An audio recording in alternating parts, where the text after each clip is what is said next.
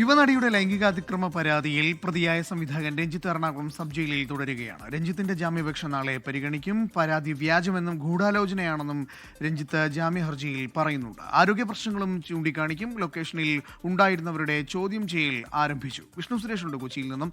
വിഷ്ണു, ജാമ്യം ലഭിക്കാൻ എത്രത്തോളം സാധ്യതയാണ് കാണുന്നത്?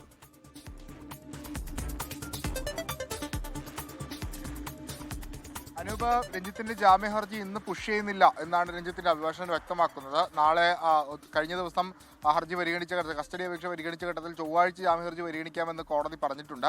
രഞ്ജിത്ത് പ്രധാനമായി ജാമ്യ ഹർജിയിൽ പറയുന്നത് പരാതി വ്യാജമാണ്, ഇത് കൃത്യമായ ഗൂഢാലോചന ഈ പരാതിക്ക് പിന്നിലുണ്ട്, പെൺകുട്ടി ICCക്ക് പരാതി നൽകാതെ നേരിട്ട് പോലീസിനാണ് പരാതി നൽകിയത് തുടങ്ങിയ വാദമുഖങ്ങളൊക്കെ ഉന്നയിക്കുന്നുണ്ട്. ഒപ്പം ആരോഗ്യ പ്രശ്നങ്ങളും ജാമ്യ ഹർജിയിൽ ചൂണ്ടിക്കാണിക്കുന്നുണ്ട്.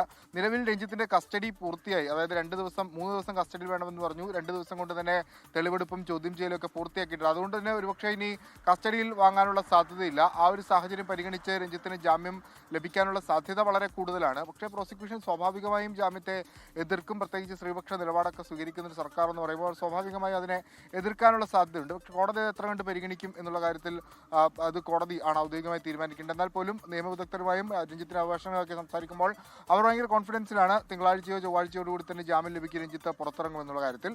ഏപ്രിൽ 1-ാം തീയതിയാണ് രഞ്ജിത്തിനെ അറസ്റ്റ് ചെയ്യുന്നത് ലൈംഗികാതിക്രമ കേസുമായി ബന്ധപ്പെട്ട്. അതിനുശേഷം ഇത്രയും ദിവസം രഞ്ജിത്ത് സബ് ജയിലിലായിരുന്നു ഉണ്ടായത്. ഗുരുതര ആരോഗ്യ പ്രശ്നങ്ങളൊക്കെ ഉണ്ടെങ്കിൽ പോലും അദ്ദേഹത്തിന്റെ 24 മണിക്കൂർ ശേഷം അദ്ദേഹത്തെ ആശുപത്രി എത്തിക്കുന്നുണ്ട്, ആരോഗ്യസ്ഥിതി പരിശോധിക്കുന്നുണ്ട്. ഇന്നലെ അദ്ദേഹത്തിന്റെ തെളിവെടുപ്പ് ഈ ആസ്പിൻ വാൾ എന്ന് പറയുന്ന സംഭവം നടന്ന സ്ഥലത്തും ഒപ്പം കാരവാനിലും എത്തിച്ച് തെളിവെടുപ്പൊക്കെ പൂർത്തിയാക്കുകയും ചെയ്തിരുന്നു. സമാന്തരമായി തന്നെ കേസിന്റെ അന്വേഷണം പോലീസ് മുന്നോട്ട് കൊണ്ടുപോകുന്നുണ്ട്. പ്രത്യേകിച്ച് ആ ലൊക്കേഷനിൽ ഉണ്ടായിരുന്ന ആളുകളെ കേന്ദ്രീകരിച്ച് അവരെ ചോദ്യം ചെയ്യുന്നുണ്ട്. എന്താണ് അവിടെ സംഭവിച്ചത്, ഇത് അവർക്ക് ഏതെങ്കിലും തരത്തിൽ ഇത് വിഷയവുമായി ബന്ധപ്പെട്ടുള്ള അറിവുണ്ടായിരുന്നോ തുടങ്ങിയ കാര്യങ്ങളൊക്കെ പോലീസ് വിശദമായി ചോദിച്ചിട്ടുണ്ട്.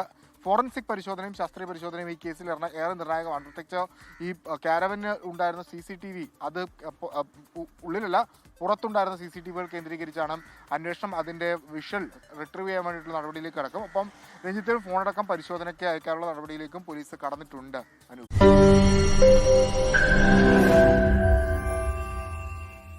ലോകത്തെവിടെയായാലും ഏത് സമയത്തും 24 വാർത്തകളും ഓഗ്മെന്റഡ് റിയാലിറ്റി പാക്കേജുകളും എക്സ്പ്ലെയിനറുകളും വിശദമായി കാണാൻ ഞങ്ങളുടെ YouTube ചാനൽ നിങ്ങൾക്ക് സബ്സ്ക്രൈബ് ചെയ്യാം.